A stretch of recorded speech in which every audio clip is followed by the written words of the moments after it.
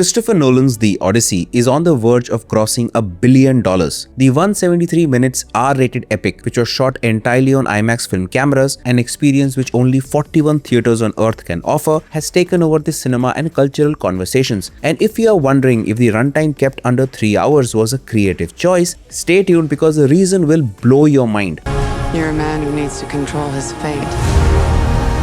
But you cannot control this. Everything right from the casting to the costumes, from the themes to the cinematic experience, from building a soundtrack from bronze gongs and Albanian isopolyphony instead of an orchestra to a rap star opening and closing a Homeric epic, Nolan built the Odyssey by breaking every single rule of Hollywood. I mean, just imagine, only 41 theaters in the world are showing the version Nolan shot it in, and believe me when I say this, having seen the IMAX 70mm myself, I understand why the craze is not going to die out soon. The visual quality, especially with the cropping of the screen at the top and bottom, as seen in standard IMAX, has been enough to send scalped resale tickets past $400 a seat. And this is just the camera part. The music by Ludvig Göransson has its own unique journey. From brass gongs to rebuilding ancient instruments like the Odyssey, Ludvig Göransson too went above and beyond to match Nolan's vision. By the way, my favorite track from the Odyssey was the Sirens. Which one was yours? Let me know in the comments below.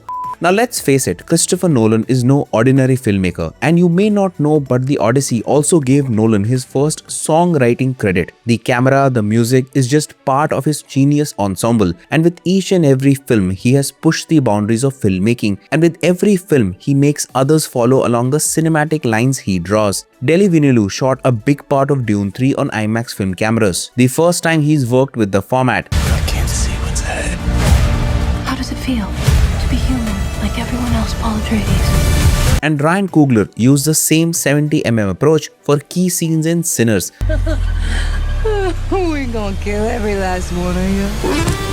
So expect more of it as he moves into next Black Panther movie. The theatrical experience is making a comeback, an aspect which I felt has been missing ever since OTT platforms took over our viewing habits. The Odyssey has already grossed $700 million worldwide, and analysts think it will land somewhere between 1.1 to 1.5 billion by the time it's done. That's the biggest worldwide opening of Nolan's career, ahead of Oppenheimer and The Dark Knight Rises. $50 million in IMAX pre-sales came in before anyone had even seen a single frame. The question isn't whether the film is good, it's how Nolan built a blockbuster by rejecting almost everything the industry believes in and won anyway. And in this video, I'll go over each groundbreaking aspect that has made the Odyssey stand out and in certain ways made it a front runner to sweep the Academy Awards next year. IMAX film is the highest quality imaging format that's ever been built. But what I always wanted to do was do the entire movie that way. We're doing the Odyssey. This is the story. If ever there were a story where you want to do the whole thing on IMAX, this is it. Let's start with the cameras because that's where the rebellion begins. The general rule of thumb is that when you are filming dialogue, you shoot digital. The Alexa 65, the Red V Raptor, these are cameras built with quiet motors and clean sensors, so an actor's voice can be picked up clearly while the camera rolls right next to them. Cinematographers can roll for 40 minutes without cutting before the footage lands on a drive and the editor has it at the same night. It's clean, it's fast, and studios love it because there is no downside. Nolan shot the Odyssey on a camera that sounds like a chainsaw, literal chainsaw. IMAX film cameras were never built for narrative filmmaking. They were built for documentaries, sweeping nature shots, space station tours, the kind of footage where you just lay a voiceover on top later because the camera itself is deafening. The noise is so intense that recording usable dialogue on set has always been considered impossible. Every IMAX sequence in every Nolan film before this one, from The Dark Knight through Oppenheimer, needed the actors to loop their lines in a studio afterward, and Nolan hated it for years. Working with cinematographer Hoyte van Hoytema and IMAX's engineering team, Nolan pushed for a new camera body entirely. The result is called the Keighley, named for David Keighley, IMAX's longtime chief quality officer, and his wife Patricia. Keighley reviewed the film's dailies from his hospital bed before he passed away in August 2025, just before the shoot wrapped. Nolan dedicated the film to him at the London premiere. The Keighley is quieter than any IMAX camera before it, though it's still loud enough to need a massive soundproof house housing, essentially a blimp that muffles the motor noise without overheating the film gate. That housing is so bulky it blocks the actors' sight lines to each other, so the crew rigged a double mirror periscope system just so Matt Damon and Anne Hathaway could look each other in the eye during a scene. The whole rig weighs somewhere around 400 pounds. It also carries a modern LCD status screen and a digital video assist monitor, because even Christopher Nolan admits some modern conveniences are worth keeping. The payoff is a camera that can record real dialogue on IMAX film. Every word Damon speaks as Odysseus, every line Anne Hathaway delivers as Penelope was captured live on set, not looped in booth months later, on a full-length narrative feature that had never been done before. Ithaca's king is coming back. No, he's not. With over 2 million feet of film, the final print was so heavy it needed a forklift just to get it into the projection booth. Here's the part most people don't realize about IMAX film projection. There are roughly 1800 IMAX screens in the world. Of those, only 41 can actually run true IMAX 70mm. That's a little over 2%. Every other IMAX screen runs a digital system instead, which is still impressive, still big, but not the same thing. The reason why I say this is because I saw both the 70mm and the digital IMAX versions, and for a medium where audio and visual is everything one needs for an enhanced cinematic experience, there is nothing like 70mm. The frame itself is roughly 10 times the size of standard 35mm, and scanned at full resolution, it holds somewhere between 14,000 and 16,000 pixels per color channel. A 4K digital projector isn't in the same conversation. Nolan knew going in that only 41 rooms on the planet could show his film the way he intended. He built it for those rooms anyway. I made a detailed video on IMAX and its cameras a few months ago. Feel free to check it out later. The link is in the description. Now, as I mentioned earlier, that the Odyssey being under 3 hours is not a creative choice, but the limitation of the format it was shot in. Even the runtime is shaped by the format, and it's because the IMAX splatter system that feeds film through the projector has a hard limit on how much it can hold. Push it past 3 hours and the platter can't handle it without a full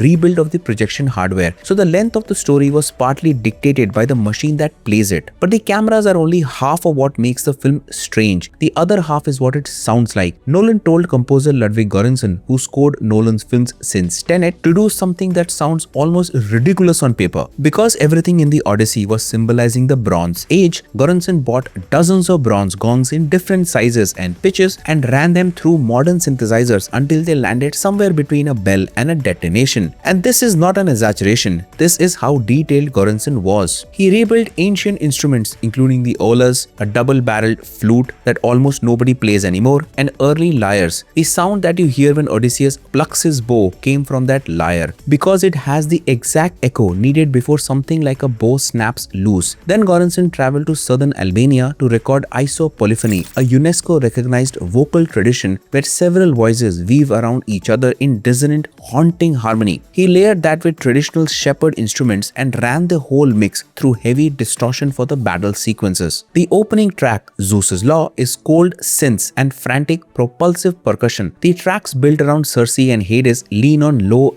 dissonant vocals and eerie electronic drone. This isn't a score meant to make you feel safe. It's meant to make you feel like something old is watching you. And then there's Travis Scott. Nolan cast him as Phineas, the bard who opens the film and bookends the whole story, and who later shows up again for a key scene near the end. His screen time is limited, but Nolan built the framing of the entire movie around him. The reasoning in Nolan's own words is that ancient Greek oral poetry and modern rap share the same bones. Both are rhythmic storytelling traditions passed down live, performer to crowd, generation to generation. The end credits track, When I Am Home, was co-written by Nolan, Göransson, Scott and James Blake. Yes, this is his first songwriting credit ever, having directed some of the most celebrated films of the last 25 years and never once put his name on a song until this one. The end credits track is dark, distorted, Travis Scott rapping about the fall of Troy over Blake's vocals and Göransson's synths, a trap-infused hip-hop track closing out a 27-year-old epic poem. Just imagine pitching this idea to a studio, the brass gongs, the rebuilding of ancient instruments. You will get laughed out of the building. Nolan, on the other hand, got a $250 million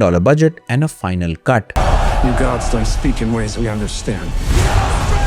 Who doesn't understand pain? The camera and the music solve the visual and audio problems for a filmmaker, but where things get complicated is the story, and Nolan broke that too. The Odyssey most people half remember from school is about a clever man. Odysseus is the trickster, the man of twists and turns. He outsmarts the Cyclops by calling himself nobody. He gets past Circe by being sharper than she is. He comes home in disguise and reveals himself only when the timing is right. His whole character is shaped by this mind. The dialogue from the movie, "You will never be the fastest, you will never be the strongest, but you can be the smartest." That was Odysseus in and out. But Nolan's Odysseus is partly that and partly not. Matt Damon plays him as worn down and hollow, closer to an old-fashioned Gary Cooper hero who's been gutted from the inside. He is broken, bragging around the guilt of how brutally the Trojan War ended, moving through a world that no longer makes sense to him. The film treats him less like a trickster and more like a man living with those close to a war trauma. The famous scene where he calls himself nobody and talks his way out of the Cyclops' cave is, in my opinion, a big miss from the movie. The gods get stripped of their mythology too. Poseidon isn't a god with a trident so much as the raw, indifferent violence of the ocean itself. Zendaya's Athena might be a hallucination. The film never tells you for sure. The Trojan horse isn't a masterstroke of deception either. Nolan built him to look like a half-sunk, waterlogged wreck sinking into the sand, a monument to how ugly and desperate the whole war actually was. Penelope doesn't sit around waiting. Anne Hathaway's Penelope takes an active, violent part in killing the suitors herself. Lupita Nyong'o's Helen of Troy is shown dealing with the ugly aftermath of being forced back to her husband Menelaus. This isn't the tidy ending of a classical epic. It reads more like a study of trauma dressed up in bronze armor. Emily Wilson, the University of Pennsylvania classicist who was the first woman to publish a full English translation of the Odyssey, had a lot to say about all this, and she didn't hold back in her review. And here's the irony. Nolan has said publicly that Wilson's 2017 translation was his main inspiration, and that her opening line, "Tell me about the complicated man," was what hooked him on the project in the first place. Wilson responded with a long essay in the London Review of Books titled "An Uncomplicated Man." In it, she argues Nolan stripped Odysseus of exactly the complexity that made him interesting, reducing him to what she calls a guilt-ridden simpleton. She called the script's writing abysmal, the structure gimmicky, and said the film has nothing convincing to say about time, memory, history, or war. Her closing line has been quoted everywhere since, "I would be ashamed to have written any part of this script." Now, Nolan hasn't responded. He rarely does. That guy doesn't even carry a smartphone. He is not going to reply. If you read reviews of other critics, there is a split between literary fidelity and raw cinematic experience, and Wilson is right that Nolan's Odysseus barely resembles Homer's. But Nolan never claimed to be making a pure, faithful adaptation. The way I look at it, he made a Nolan film that happens to borrow Homeric material. In the last Odyssey video, I talked about the moral argument of the movie, and that was always Nolan's intention. Whether that's a legitimate way to handle a 27-year-old text or just confidence dressed up as vision is a fair question with no clean answer. What I can tell you is that hundreds of millions of dollars in tickets got sold anyway. Audiences answered with their wallets. For me, it's about taking the audience and putting them on the ship with Odysseus in the storm, following him into the Cyclops' cave. You really want to feel like you're there experiencing those things, and so doing it for real. Now we need to talk about where this film was actually shot, because that part of the story has almost gotten buried under the box office celebration. We know that Nolan refuses to use green screens, he doesn't allow phones on sets, he doesn't allow chairs on sets. Every location in the Odyssey is real, and every location has now become a tourist spot. Ithaca's exterior was shot at a ruined 15th century castle on Favignana, Sicily, sitting over 1,000 feet above the Mediterranean Sea. The cast and crew hiked a steep path for 45 minutes every day just to reach the set. Matt Damon said it felt more like an expedition than a movie shoot.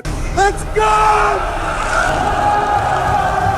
The underworld sequences were filmed on volcanic black sand beaches and inside sea caves in southern Iceland, with the cast working through freezing rain during the white nights when the sun barely sets. Circe's realm is the Moray Firth coastline in Scotland. The city of Troy was built at Ed Benadu, the fortified Moroccan city that stood in for dozens of films before this one. The ships are real, the ocean is real, none of it was extended or generated digitally. But the Trojan horse sequences were shot somewhere else entirely. The white dune near near Dhakla in Western Sahara. And the real locations and their cinematic depictions is what makes Nolan's films feel so tactile. His insistence on real places, real light, real weather comes with real world consequences, and the film's success doesn't erase that choice. So how do we make sense of all this? A film that broke technical barriers, drew criticism from the very scholar who inspired it, and still came out the other side as one of the biggest R-rated films ever made. I think the answer, among many other aspects, is in how Nolan structures his endings. There's a pattern, and once you see it, you can't unsee it. And he has been doing this film after film, in a way becoming a Nolan template. Step 1, he sets up the theme. Here, it's that the past can't be reclaimed. Actions carry weight. Violence leaves scars that don't fully heal. You can survive a war, but you don't get to go back to who you were before it. Step 2, he fractures it. In Inception, that's the spinning top that may or may not fall. In Oppenheimer, it's a fear that the chain reaction never really stops. In the Odyssey, Odysseus and Penelope make a choice nobody expects. They give up the throne to their son and sail off into the unknown. The homecoming isn't the happy ending, it's the start of another departure. Step 3, he overwhelms you with spectacle. Rapid, rhythmic editing cutting between the burning shores of Troy, the bloody halls of Ithaca, and the endless horizon of the Mediterranean, with Göransson's gongs swelling underneath until the whole thing bypasses your critical brain entirely. You stop thinking about whether the arc makes sense on paper. That's the Nolan ending. It doesn't argue its case or explain itself, it overwhelms you. By the time the credits roll, you have been through something, whether or not you agree with every choice the film made along the way. That's why this film pulled in hundreds of millions of dollars and is still climbing towards $1 billion. Not because audiences got tricked and not because of the built-in name recognition. The Odyssey is public domain. There was no built-in fan base lining up on opening night. People showed up because Nolan promised an experience they couldn't get anywhere else, an abrasive, demanding sensory spectacle projected on hundreds of pounds of film in 41 rooms on the planet. The real question isn't whether the Odyssey is a great film, it's whether it's the last of its kind or the first sign of something new. And that $1 billion mark it's about to cross might be what forces the industry to find out.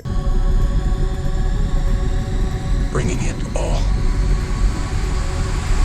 That's my take on the enormous success of the Odyssey. Subscribe if you haven't already and check out our review of Spider-Man Brand New Day right here. Thanks for watching and I'll see you in the next one.